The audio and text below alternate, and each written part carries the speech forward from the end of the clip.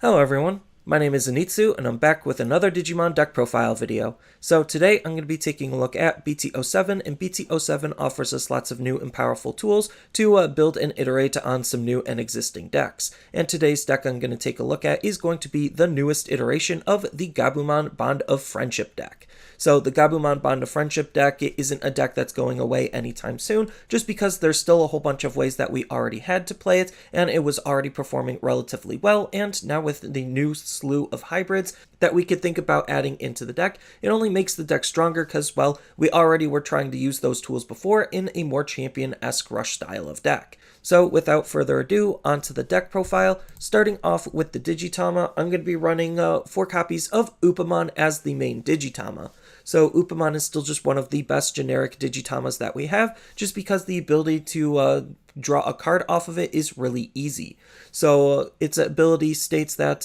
when attacking once per turn, if your opponent has a Digimon with no Digivolution sources in it in play, then we get to draw 1 card, and in this style of deck, it's actually really easy to try to attack the opponent's inheritables to be able to use this ability more efficiently, but what makes this card really good is the fact that we don't even necessarily have to attack the inheritables, and the opponent could just have a Digimon with no Digivolution sources to allow us to use this ability with no effort at all put into our part.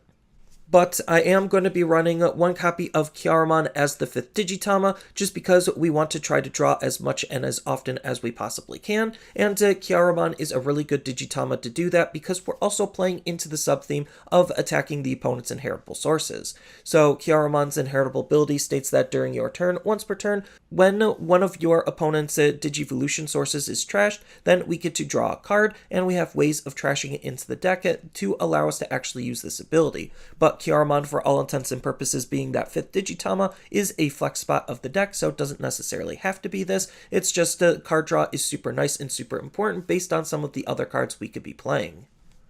Next, on to the rookies, I'm going to be running 4 copies of Gabumon. So this is the BT01 Gabumon, and this Gabumon is in the deck because, well, we like drawing cards, and this is one of the best ways that we have to draw cards on our rookie slot. So it just has the nice on-play ability, allowing us to draw a card, replacing itself, and putting a Gabumon body on the field if we're going to be doing that, and it's accounting as a Gabumon for our Gabumon count, so that way we could use him to go into a Bond of Friendship if we really need to as well. Next, I'm going to be running 4 copies of Strabimon. So Strabimon, this is the BT04 version, and it's going to be acting as one of the primary ways we're going to be digging out our Tamers and our hybrids. So I am running more of a hybrid approach in this style of deck, just because the hybrid tools are really good, and Strabimon is a fantastic card to utilize those tools with. So its on-play ability allows us to check the top 3 cards of our deck, add 1 Digimon with hybrid in its form and or 1 blue Tamer from among them into our hand, and then the rest go to the bottom, so it's just looking for our parts and pieces, which is pretty good, adding to the overall consistency of the deck. Next, I'm going to be running 4 copies of Gabumon. So this is the BT06 version of Gabumon, and this card is what's going to be interacting with our Bond of Friendship more often than not, and it's the key card we want to be using to Digivolve into Bond of Friendship with. So it has a nice static ability when it's just chilling on the field, where during all turns once per turn, when you play a Tamer with Matt Ishida in its name,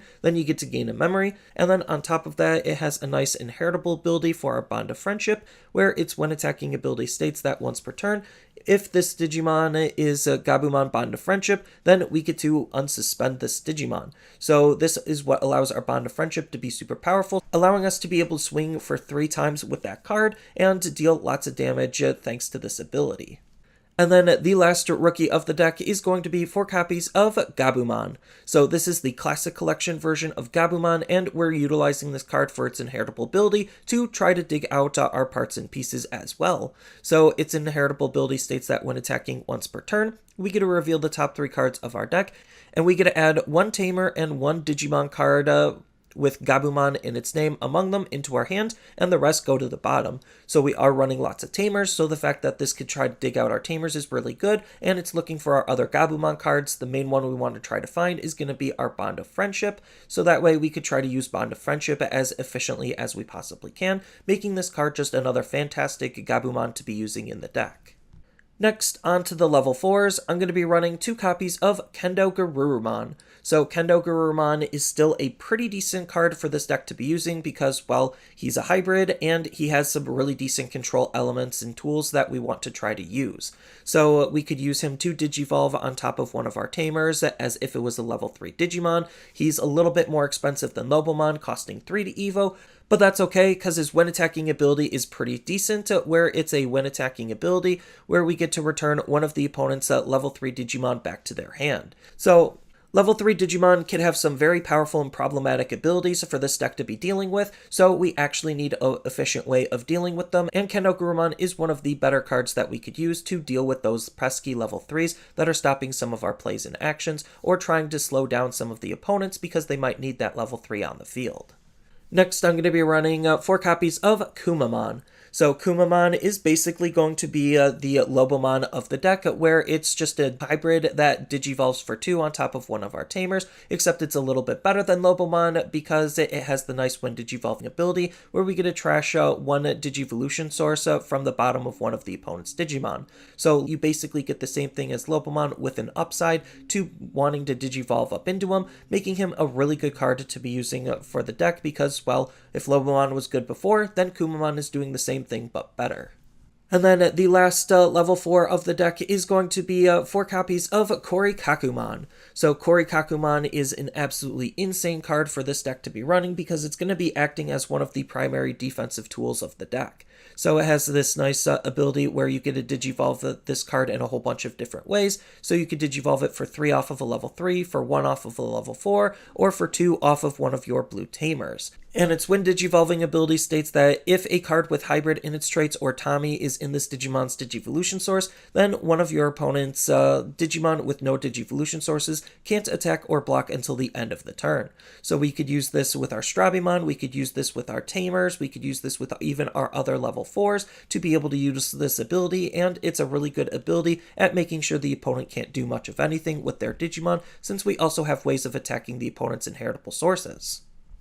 And then the only level 5 of the deck is going to be 4 copies of Beowulfmon. So this is the BT07 version of Beowulfmon, and this is a really fantastic card just because we have easy ways to digivolve all the way up into him, especially if we used him with a hybrid stack. So if we go Tamer Hybrid level 5, then this only costs 1 to digivolve because we'd have a Tamer in its inheritable to be able to reduce the Digivolution cost by 2, making him a rather efficient level 5. And then on top of that, we actually want to use this card's ability, so that way we could try to reuse our lower level Digimon thanks to his when attacking ability. So his when attacking ability states that we may return 1 Digimon with hybrid in its traits from this Digimon's Digivolution source to return one of the opponent's level 4 or lower Digimon back to their hand. So this is just another bounce effect to try to control and mitigate the opponent's field while adding cards back into our hand, so that way we could reuse them in various different ways.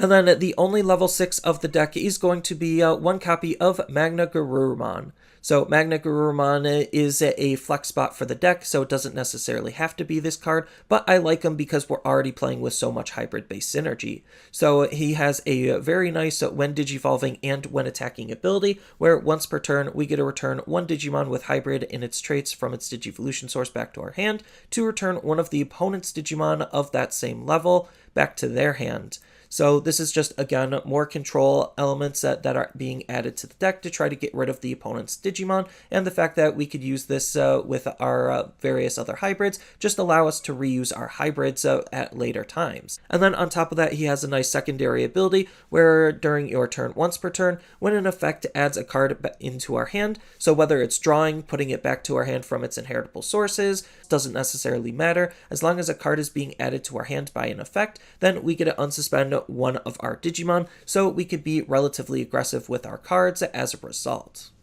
And then the last Digimon and only level 7 of the deck is going to be 3 copies of Gabumon Bond of Friendship. So Gabumon Bond of Friendship is going to be mostly used as the win condition for this deck, just because we could rely on a lot of our champions to be relatively aggressive with. And then we want to go into Bond when we're mostly going to try to close out the game. Because of how Bond works, we do mostly going to have to trash some of our own security, and that only makes it easier for the opponent to win on the crackback if we're unable to defeat them. So we don't necessarily want to go into Bond all of the time, but we do want to see the card, and we can use the card in some new ways thanks to the inclusion of a level 6. But regardless, this card is still a very fantastic card to use, just because its when attacking ability states that once per turn, if we have a Tamer in play, then we get to unsuspend this Digimon, allowing us to multi-attack, and that's allowing us to deal a lot of damage all at once to try to close out the game with. And then if we're unable to close out the game, his when attacking ability is also really good, not only ensuring he could deal damage, but control the opponent's field, where we get to return one of the opponent's level 5 or lower Digimon to the bottom of their deck. But regardless, it's still just a very powerful ability to try to control the field with if we need to use that ability. And the fact that we have both a Tamer to warp into this and a level 6 to be able to Digivolve up into this just add extra versatility to what the card can do.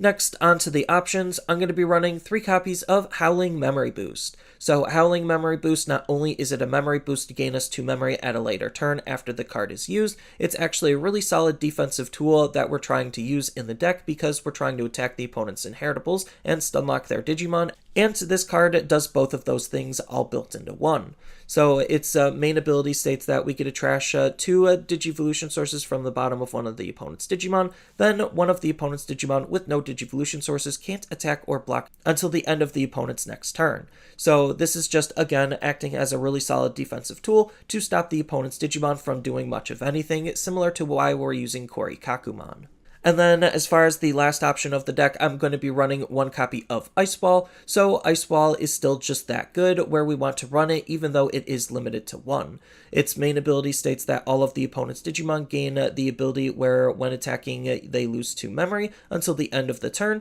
So that way we de-incentivize the opponent from attacking because we're taxing each attack, whether it's coming out of the raising, coming off of a Tamer, or just being already on the field or coming from your hand. It doesn't necessarily matter. It'll basically just try to shut off all of the opponent's aggression, buying you some extra time so you could try to win the game on the crackback. And then on top of that, it has the nice security ability of being able to gain 2 memory, making it just a really good card even in security. And then lastly, onto the Tamers, I'm going to be running a well-rounded Tamer package. You're free to customize it as you like, but this is just what I've been working with. So I'm going to be running 3 copies of Davis, just because Davis is going to be the dedicated memory-fixing Tamer, so if our memory is ever less than 3, he'll hard set us to 3, allowing us to play our cards more efficiently, and then on top of that, he's also going to help dig out some of our parts and pieces because of his on-play ability, where we get to reveal the top 3 cards of our deck and add a blue and a green Digimon among them into our hand, and then the rest go to the bottom. So at worst, we're just trying to use this card to fix our memory and dig out a blue Digimon. Next, I'm going to be running 3 copies of Sora and Joe. So I was debating on whether Sora and Joe is necessary for the deck, and I like its inclusion just because we're already attacking the opponent's inheritables, and this is a good card to gain some additional memory for the opponent having a Digimon without any inheritables. So at the start of our turn, we'll gain 2 memory if the opponent has a Digimon with no Digivolution sources in it in play, allowing us to use this card in combination with Davis to be able to start our turn with a lot of memory, and with that high amount of memory, we could do lots of powerful things to try to close out the game with as quickly and efficiently as we possibly can. And then this card's also passively attacking the opponent's inheritables with its secondary ability where during your turn, when one of your blue Digimon attacks, we could suspend this Tamer to trash up to 2 Digivolution sources from the bottom of one of the opponent's Digimon, so that way we could use this in combination with some of our other cards to be able to easily stunlock the opponent's Digimon. Next, I'm going to be running 3 copies of Matt Ishida. Because I'm not running such a high Gabubond count, I'm not going to be running a high Matt count because I don't necessarily need to rely on Matt as much anymore as in previous iterations of the deck. So that's why I'm going down to 3, but 3 is still a pretty decent number to try to see him as often as we possibly can, because he is the primary card we're going to use it to be able to use Gabumons to warp into our bond of friendship because of its main ability, where once per turn turn, we could Digivolve one of our Gabumons into a Gabumon Bond of Friendship from our hand by paying its Digivolution cost and ignoring its level requirements. Then, if we do, we have to trash the top 2 cards of our security stack. Then, if we have 1 or more cards in our security, we have to delete the Digimon at the end of the turn. So it is kind of a huge drawback deleting our own Digimon and taking our security, but if we're able to close out the game, then it doesn't matter. And this card also is really good for resource generation because of its other ability where during your turn, when your Digimon with Gabumon or Garurumon in its name moves out from the raising area to the battle area, then we get to gain a memory and draw a card, allowing us to have, well, more resource generation to be able to make more powerful turns with. And then the last card of the deck is going to be 3 copies of Tommy. So Tommy is absolutely insane at adding some extra defense into the deck that's tying the whole sub-theme of attack the opponent's inheritable sources together. So he natively has an on-play ability where we get to trash 3 Digivolution sources from the bottom of one of the opponent's Digimon, so it's immediately getting rid of a lot of inheritable sources to put them one step closer to having none. And then on top of that, the ability we're really trying to utilize with this card is his when attacking ability, where once per turn, until the end of the opponent's next turn, one of your opponent's Digimon with no Digivolution sources can't attack or block, and the fact that we could use this recursively because it's tied to a when attacking ability makes this an absolutely insane card to be utilizing to try to keep the opponent's Digimon at bay. And then there's still just a whole bunch of room for flexibility and customization depending on how you want to build the deck and the types of cards you want to incorporate. So as I said before, the Digitama is a flex spot. It could really be anything you want. I would probably think that as your 5th Digitama, you could also have it be a DP booster, just because DP boosting could be relatively important depending on your matchup. And then depending on your matchup, we also have some good anti-meta cards. So you could run Syakomon to stop the opponent from reducing their Digivolution costs. This is really good against the level 5 hybrids, so it forces them to always pay 3 for them, which is something they might not be able to do all of the time or want to do all of the time, just to be able to utilize their level 5 hybrids. And then on top of that, we also have Madoki Betamon to shut the opponent out from their memory manipulating shenanigans on anything but their tamer.